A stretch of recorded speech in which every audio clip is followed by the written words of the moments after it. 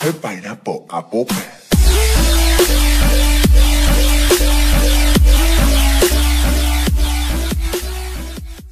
Velkommen til Regnbuen. I dag vil vi anmelde en kortfilm, der hedder Lav og Laudrup. Filmen handler om to brødre, som bor på et asylcenter. Den ene, som hedder Laudrup, er på hospitalet, og på asylcenteret får de at vide, at der har spredt sig en epidemi, derfor skal de flyttes til Jylland.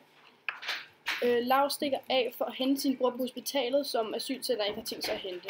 Da han kommer over til asylcenteret, viser det sig, at det er en zombieepidemi.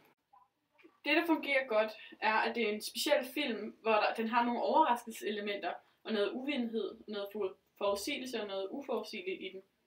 Der er også mange flashbacks, hvilket også gør den meget god. Og det skaber en helt anden vinkel med alle de flashbacks, fordi du ser tilbage på deres liv og alle deres gode stunder. Starten af filmen er også rigtig, rigtig god, og det fungerer rigtig godt i forhold til budgettet. Filmen fungerede ikke godt på det punkt, at Ole og Lav fik rigtig, rigtig hurtigt forhold, hvilket ikke er sådan helt realistisk. Selvfølgelig er det så også lidt trist det med, at Ole han dør, men vi synes, han burde have fået en lidt bedre død. Der var rigtig mange ting, der skete for hurtigt, og der var mange ting, der var for sukkersøde.